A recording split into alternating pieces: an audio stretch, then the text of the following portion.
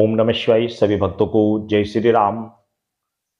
मैं आपको एक ऐसी साधना बता रहा हूं जिसका नाम है अनुरागनी। यह अनुरागनी होती कौन है और किस प्रकार की साधना की जाती है, ये सभी विधान मैं आपको बता रहा हूं, ध्यान से आप समझ लेना। अनुरागनी एक यक्षिणी है। यह एक यक्षिणी है। अब यक्षिणी कौन होती है, यक्ष कौन होते हैं, पहले तो ये समझने वाली बात होती है, क्योंकि बहुत सारे साधकों को तो ये पता ही नहीं होता कि यक्ष होते कौन है। यक्ष होते हैं देवताओं के पुत्र, यक्ष यम देवता। कुछ ऐसे देवता जिनकी कोई गलती होती है या कोई गलती उन्होंने कर दी है, कोई त्रुटि उन्होंने कर दिया है, तो वो अपने पद से भटक कर, अपने पद से गिर कर यक्ष योनि में जाते हैं।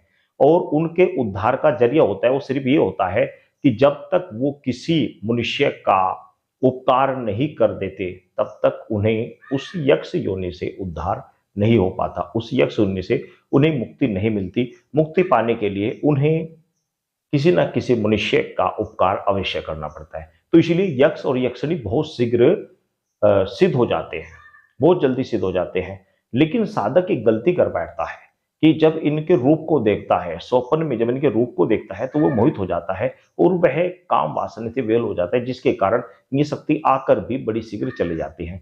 तो इसीलिए हर साधना में ब्रह्मचार्य का विशेष महत्व बताया गया है, ब्रह्मचार्य रहने के लिए बताया गया है। इस साधना में भी आपको ब्रह्मचार्य रहना होगा। यह साधना करने के लिए आपको किसी भी महीने की प्रतिपदा से, यानी कि जो पूर्णिमा के बाद पहला दिन होता है, उस दिन से यह साधना प्रारंभ करनी होती है। साधना करने के लिए आपने करना क्या होता है, आपने भोजपत्र पर अष्टगंध से, अष्टगंध आप ले आइए पंसारी की दुकान से, पूजा की शॉप से कहिए अष्टगंध की शीशी दे दे, छोटी सी अष्टगंध की शीशी आती है, उसकी साई बना ले और उस अष्टगंध से भोजपत्र के ऊपर एक मंत्र मैं आपको बता दे रहा हूं, उस मंत्र को लिखकर रख ले बस।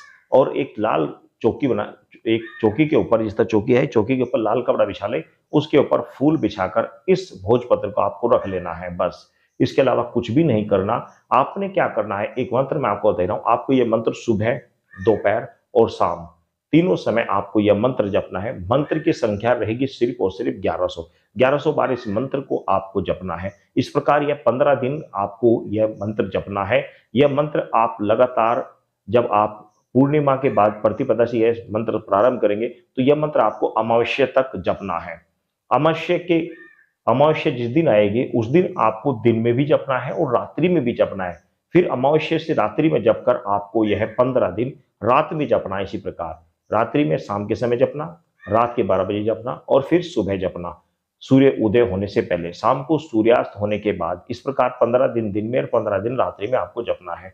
आपने ब्रह्मचर्य का पालन करना होगा, सात्विक जीवन आपको व्यतीत करना होगा, मांस मदिरा का भक्षण नहीं करना है।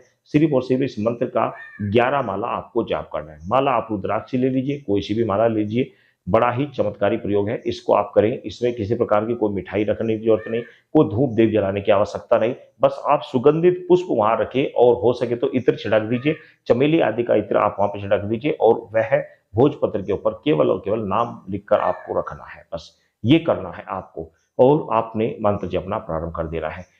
एक महीने के अंदर आपको स्वप्न में इस अनुरागनी यक्षिणी की आपको दर्शन होंगे, संभाषण होंगे, आपसे वार्तालाप होगी। लेकिन आपको ध्यान रखना है कि आपको अपना जो भाव है वह पवित्र रखना है। आपको अनुरागनी यक्षिणी को देखकर विचलित नहीं होना है, उसको देखकर आपको काम रूप आपका जागृत नहीं होना चाहिए, आपको मात्र रूप में उन्हें अवश्य देखना चाहिए। और उनसे आप वचन ले लें, वचन लेकर फिर जैसा आप जो भी कार्य के लिए आपने बुलाई है वह कार्य उनको बता दें। यदि आप उनको अपने पास रखना चाहते हैं, लोगों की समस्या दूर करना चाहते हैं तो वो करें, और यदि आप किसी अन्य कार्य के लिए आपने बुलाई है तो वो करें, या कोई धन संपत्ति आपको कोई आवश्यकता है तो उसको भी आप इस प्रयोग में कर सकते हैं। जिस भी इच्छा के लिए आप बुलाएंगे वह कार्य आपका करेंगे और चली जाएंगे। यदि आपको रखनी है तो आपके पास रहेगी जब तक आप चाहेंगे। एक निश्चित समय वो बता देती है कि मैं उस दिन आया करूंगी और इतने समय आपके पास रहा करूंगी, इतने समय में आप जिस भी लोगों को जो भी बारे में पूछना है आप पूछ सकते हैं। तो इस तरह ये अनुरागनी यक्षिणी सिद्ध की जाती है।